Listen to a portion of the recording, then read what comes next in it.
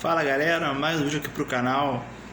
Fala sobre essa vitória do Vasco sobre o Fluminense, 2-1 de virada na Copa do Brasil. Resultado importante, porém nada ganho, nada definido, tá tudo em aberto. É importante manter essa cabeça fria, né, e mental tem que estar forte, porque é clássico e mais de 90 minutos, então tem que entrar ligado o tempo inteiro, que eles vão vir para cima, eles têm que buscar o resultado. Então é erro zero, não falhar, não baixar a cabeça. Se errar, levanta e continua e tenta de novo, tá? É jogo de detalhe, é jogo quem tiver mais disposição vai ganhar. O jogo de hoje teve dois tempos, teve um tempo do Fluminense e o tempo do Vasco. Só que o tempo do Vasco foi o segundo. O Vasco foi superior ao Fluminense de uma forma que eu acho que o Fluminense não foi superior ao Vasco tanto no primeiro tempo. Eu acho que o Fluminense foi melhor no primeiro tempo, criou as chances, uma com o Lúcio, outra com a falta. O Vasco teve lá o lance do Puma, né? Aí o gol saiu 24, aí o Fluminense baixa as linhas, tenta sair em contra-ataque, o Vasco pressiona um pouquinho, né? Tem alguns escanteios, mas nada demais. E eu acho que não o Fluminense é melhor no primeiro tempo, mas eu acho que não foi um grande domínio, não, tá? Mereceu sair vencendo. E aí a minha preocupação, cara, na volta era como é que a cabeça desse time ia estar.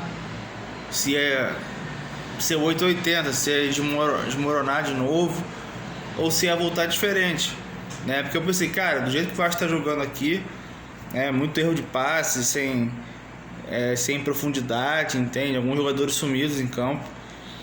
Eu pensei, cara, se voltar assim, tem que achar um gol e acabar o jogo, né? Porque se jogar mal, se conseguir ainda um empate, entende? Naquele momento que o Vasco estava, era um resultado interessante. Só que aí o Vasco volta melhor, não sei qual foi a conversa, né? O que motivou. Claro que também tem a parte tática. Eu acho que mudaram algumas coisas. No primeiro tempo o Vasco, na minha opinião, deu muito espaço no meio do campo do Fluminense, estava mal posicionado. Essas bolas longas que originam a falta, que sai o Fluminense, ela não pode acontecer. Essas bolas entre os zagueiros, sabe?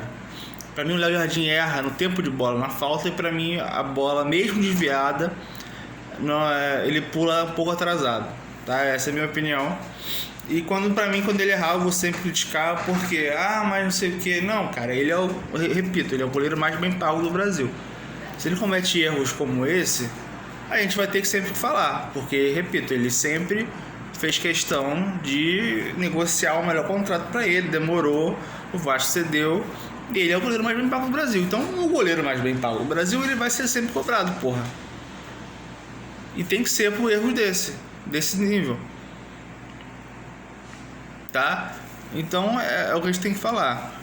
Eu acho que o Robert Fernando caiu muito de produção. Para mim foi mais uma partida muito ruim dele, não é porque o Vasco ganhou que a gente não pode falar, não tem que criticar alguns jogadores. Acho muito seguro. Acho que ele perdeu, sei lá, 90% das disputas com o Everaldo, com o Serna lá, sabe? Faltou um pouco de mais vontade, assim, sabe? Sangue no olho, e errando alguns passes bobos, sabe? Saindo de forma arriscada, mais uma vez abusando de lançamentos que não deram em nada, sabe? É uma coisa que preocupa, porque é um cara que começa bem, mas vai caindo de produção, entende? Mas enfim, o Vasco volta para o segundo tempo diferente, não permite tanto os contra-ataques. Claro que o Vasco faz o gol cedo, se eu não me engano, com 5 minutos, não é isso? Por aí, antes dos 10, né? Pra mim, numa jogada individual, pra mim o Vasco hoje, ele muda o jogo em jogadas individuais, que pra mim tem a ver também com o posicionamento do Ryan, que no primeiro tempo ele estava muito centralizado dentro da área. E aí eu penso, mas ele é um 9, ok, mas ele não é um 9 igual o Verratti, então ele não pode jogar igual o Verratti, ele tem que ser um cara que saiu um pouco da área para pegar essa bola de frente. E na minha cabeça eu falei, cara, o lado com o René e o Freitas, que o Freitas estava doido para entregar. Ele não é um zagueiro seguro. E o Vasco não jogava por aquele lado. Você tinha o Paulo Henrique, você podia, sabe, o Nuno caía por ali, o Thiago Mendes, que fez uma boa partida, vamos falar aqui, partidaça do Thiago Mendes, tá? Vamos falar. Segundo tempo ele, jogou muita bola. E aí o Vasco só jogava pelo lado esquerdo, sabe? Que é o lado do Thiago Silva. Então ele não vai dar espaço, ele vai cobrir, ele vai, sabe? Então era o Vasco jogando mais pelo outro lado no primeiro tempo. E o Vasco não conseguia ter esse jogo por ali. Isso eu não entendia. E aí o que acontece? Chega no segundo tempo, quando o Vasco já empata, o Rael começa a cair pelos lados, né? Ele não fica tão centralizado. Pra quê? Pra explorar esse mano a mano, né? Eu sempre falo assim, cara, se o Vasco tivesse contratado um centroavante minimamente veloz, com uma mobilidade assim, técnica com o pé, a gente teria hoje o Ryan de ponta, o Andrés Gomes de um lado e esse centroavante mais novo ali, entendeu? Mas a diretoria não contratou. Teve um ano para contratar um cara aí para disputar a posição com o Verratti. Não contrataram, nem nessa janela de agora, entendeu? Então é isso. Então ele caiu um pouco ali para receber essa bola de frente. Então assim, ou em cima do René, né, ou em cima do próprio Freitas, né? A falta que foi perto da área, ele pega essa bola de frente, né? Então assim, segundo o próprio dirigente coletiva, ele corrigiu o posicionamento dele para ver onde estava tendo espaço para jogar. Então assim, ele teve mais mobilidade para jogar. Ele conseguia ter mais espaço ou pela ponta, às vezes ele ia por dentro, às vezes ele caía até pela esquerda, né? Mas o ideal é que ele pega essa bola um pouco antes da meia-lua, né? E receba ela de frente pro gol. Então, ao invés de ele tentar ir muito para a área para fazer o gol como um centroavante, nem sempre vai dar. Então, o que ele puder sair um pouquinho da meia-lua, só para ele botar pro lado e chutar, já vai ser muita coisa. Entendeu? E aí o Vasco já cresce já no empate. Então o Vasco, quando faz o gol, o Vasco já vai, né, torcida maior no estádio, né, inflama, né, o Fluminense com dificuldade de sair, esperando o Vasco. O Vasco tira esse toque de bola que o Fluminense estava fazendo no primeiro tempo, com espaço. Que vocês repararem bem, a saída de bola do Fluminense estava com o Thiago Silva na direita, quem vinha buscar essa bola como um lateral praticamente era o Nonato, o Samuel Xavier estava espetado lá na frente, como se fosse um ponta. E o Vasco, em alguns momentos, não conseguiu entender isso. E aí, quando o Vasco empata, o Vasco já vira um pouco mental, já começa a dominar a partida, ganhar as divididas, tá? Ganhar a segunda bola que o Fluminense tentava alongar, o Vasco conseguia pressionar na frente, o Fluminense tentava dar aquela fatiada pro Everaldo ou pro Serra, o Vasco conseguia ganhar essa bola, né? Então, e o buraco por dentro que o Vasco estava dando no primeiro tempo, o Vasco parou de dar esse buraco. E aí fica aquele jogo, né? O Vasco jogando mais, tudo mais. O Fluminense tendo pouca chance, o Vasco teve a lance do Puma, né, no escanteio, poderia ter feito 2-1 também, deu azar. E o Vasco com mais volume de jogo, acho que o Vasco controlou mais ali a parte ofensiva, o Vasco conseguiu explorar os dois lados, né? E a única coisa que me incomoda assim, em alguns jogadores é aquele excesso de mostrar que é mais homem que todo mundo, que é a coisa do machão, de se impor, e nessa que a gente, sabe, uma cabeça louca, sabe, aí toma um vermelho, sabe. O Barros, ele faz muito isso, é uma coisa que me incomoda. Tem que fazer, meu irmão, vai jogar bola, vai disputar, mas porra, esquece, porque assim, você arruma uma confusão com os outros por causa de faltinha, sabe, porra, pro Vasco era ruim, porque o Vasco precisava correr com a bola, sabe. Ele deu uma dividida com o Everaldo. Foram duas. A primeira, ele tentou chutar a bola no Everaldo no chão, ele erra. A segunda, ele vai com o pé um pouco acima do tom. Se ele pega um pouco ali, um pouco mais errado, poderia ter sido expulso. Então, cara, cabeça fria. Não cai em pilha, sabe? De Lúcio Costa, de César, sei lá que for, não cai.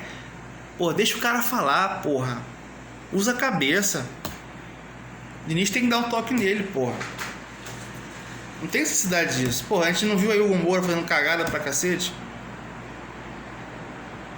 É brincadeira. Pô, o Thiago Mendes hoje jogou muita bola no segundo tempo. Muita bola. E agora, a questão do gol do Vasco. Vamos ressaltar, eu já falei aqui, para mim o Vasco hoje ele melhora porque dá a bola para quem resolve, né? Coletivamente o time roda a bola, mas você tem que dar a bola pro cara do 1 contra 1. Pô, o Ryan pega uma bola aos 47,5, né, 48. Ele vai para cima, ele vai rabiscando, ele toma uma porrada. E se fosse o outro jogador, já aceitaria o empate e ficaria no chão. Ele pegou a bola, bateu rápido, puma pro Andrés Gomes cruzou pro Verratti. É isso. Aí decidiu o jogo, pô. O garoto de 18 anos que joga futebol, pô. Então, pra mim, Ryan e Andrés Gomes foram dois caras hoje fundamentais. Porque tem o quê? 1 contra 1. Então você tem que deixar sempre esses caras, são privilegiados fisicamente, sempre de frente para o teu marcador. É importante você priorizar os caras que vão decidir, pô. Já falei isso. Em relação ao Verratti, assim, eu não vou ser resultadista e acho que muita gente também chiou. Quando o Nuno sai cansado, sei lá o que, o Verratti entra. Eu não teria colocado o Verratti. Tá? Não sei vocês aí. Porque eu acho que ia perder velocidade, marcação na frente.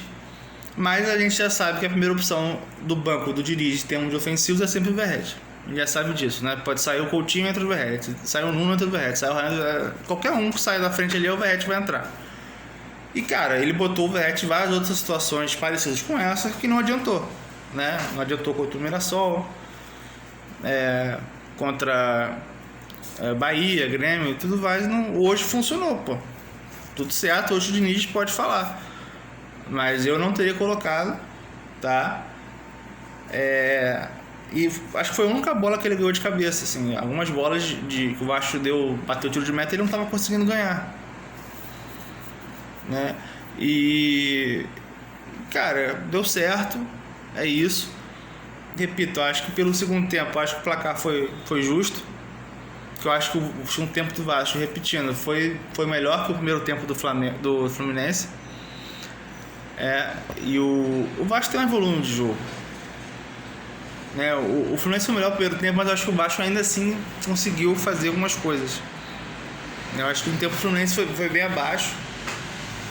E cara, pro segundo jogo, é isso que eu falei. Eu acho que o Fluminense vai sair tocando, vai tentar fazer algo diferente, mas essas bolas longas elas vão continuar. Então assim, fazer com que o Vasco não deixe esses lançamentos, essas bolas mais longas entrarem. Nem de 20 metros, como foi o lance do gol da falta, e nem essas bolas por dentro. Que tem alguns momentos estava um buraco no meio, a marcação não estava encaixada, no primeiro tempo. Então assim, é para ter atenção, né? Saber jogar o jogo, né? E principalmente cabeça no lugar. Não caia em pilha de jogador adversário. Joga o jogo. E outra coisa, deem a bola para quem vai decidir. Se o cara tá no mano a mano, tá ganhando a maioria, irmão, pega e dá a bola para ele. Se ele tá no mano a mano, já dá logo para ele. Dá pro Ryan, dá pro Andrés Gomes, entendeu? Esses caras que são verticais. Porque de resto, o Nuno tá baixo, o Coutinho também acho que tá um pouco ainda abaixo. Então assim, tem que saber usar os jogadores de velocidade. É isso, pessoal. Para você que não me conhece aí, se inscreva, curta aí, compartilhe o canal, tá bom? Um abraço.